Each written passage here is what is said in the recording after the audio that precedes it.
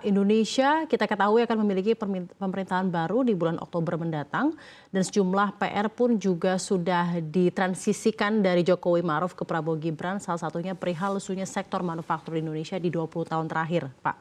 Padahal manufaktur ini kan menjadi salah satu kunci bagi negara untuk kita bisa menjadi negara yang maju.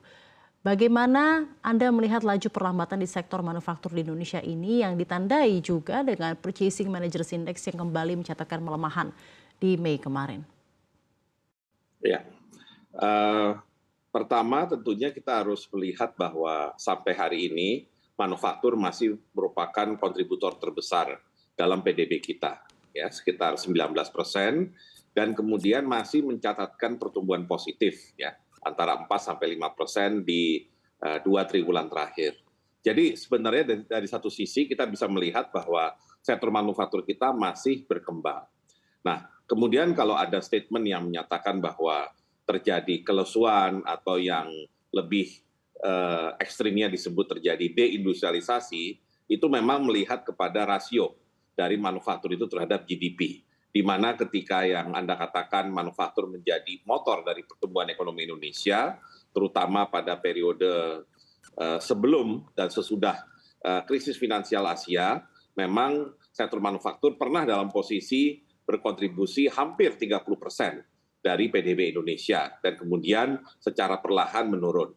Tentunya ini juga ada kontribusi dari sektor lain di luar manufaktur yang juga cukup tinggi tumbuhnya dan berkontribusi terhadap pertumbuhan ekonomi. Contohnya misalkan booming dari batu bara dan kelapa sawit yang terjadi tahun 2000-an, otomatis membuat baik sektor pertambangan maupun sektor pertanian tumbuh pesat dan kemudian barangkali mengurangi porsi dari sektor manufaktur tanpa membuat sektor manufaktur itu sendiri tidak mengalami pertumbuhan. Jadi sektor manufaktur tetap tumbuh. Nah, barangkali yang akan menjadi PR dari pemerintah 5 tahun ke depan adalah bagaimana agar pertumbuhan manufaktur yang sekarang 4-5% ini bisa lebih tinggi.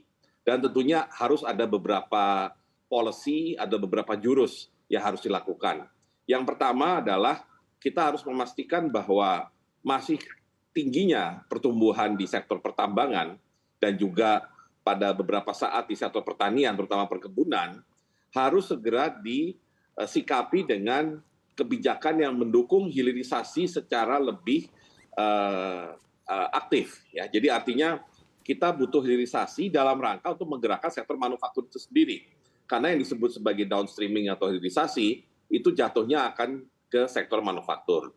Dan kedua, untuk sektor manufaktur yang tidak berbasis sumber daya alam, maka kita harus memastikan bahwa perkembangan sektor manufaktur ke depan harus menjadi bagian yang namanya rantai pasok dunia, ya, global supply chain, yang tentunya akan membuat sektor manufaktur kita tetap konsisten, tetap stabil, baik sisi permintaannya maupun pertumbuhannya, sehingga lama-kelamaan kalau semakin banyak sektor manufaktur kita, subsektor manufaktur, produk manufaktur kita yang masuk ke dalam global supply chain tersebut, maka perkiraan saya pertumbuhan sektor manufaktur akan lebih tinggi dan yang seperti Anda harapkan, sektor manufaktur lah yang harusnya bisa membawa Indonesia menuju visi Indonesia Emas 2045. Baik, jadi sektor manufaktur yang justru menjadi membawa Indonesia menuju visi Indonesia Emas 2045.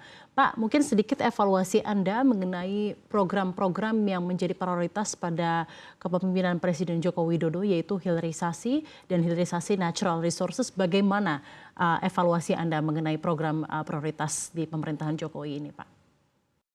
Ya, kalau saya perhatikan hilirisasi sebagai juga konsekuensi ya dari undang-undang minerba yang terbaru itu sudah dilakukan dan kalau saya perhatikan meskipun sudah ada instrumen yang mendukung hilirisasi, misalnya bea keluar ya, bea keluar terutama untuk kelapa sawit, untuk CPO, tapi kalau yang saya perhatikan barangkali Indonesia masih kurang menangkap peluang yang lebih besar dari hilirisasi itu sendiri.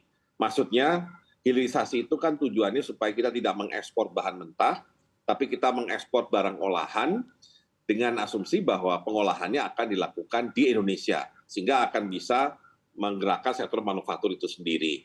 Nah, yang saya perhatikan misalkan di kelapa sawit masih cukup dominan yang namanya tujuan untuk mengekspor hanya CPO. Jadi masih banyak perusahaan-perusahaan yang punya perkebunan kelapa sawit yang cenderung lebih fokus kepada ekspor CPO-nya dan agak kurang punya appetite ya untuk investasi di sektor-sektor yang merupakan turunan Hmm. dari CPO itu sendiri ya. Nah, hal yang sama saya lihat juga di nikel ya. Di nikel ini meskipun gema dari hilirisasinya sudah kita dengar cukup banyak, tapi kebanyakan mohon maaf hanya sampai smelter. Sedikit sekali yang kemudian makin hilir dari smelternya, maksudnya menuju stainless steel, carbon steel, atau bahkan menuju baterai. Ya, maksudnya hanya sedikit yang sampai benar-benar hilir dan lebih banyak yang berhenti sampai Hmm. produk dari smelter yang kemudian langsung diekspor kembali ke luar negeri. Nah, di sini kita lihat bahwa meskipun semangat hilirisasinya sudah muncul, mindset hilirisasi juga sudah dirasakan, tetapi upaya kita untuk menarik investasi lebih banyak di pabrik-pabrik atau manufacturing yang bisa mendukung hilirisasi lebih dalam dengan nilai tambah yang lebih besar, itu yang barangkali masih menjadi agenda yang barangkali harus dilanjutkan oleh pemerintahannya Pak Prabowo. Oke, baik Pak.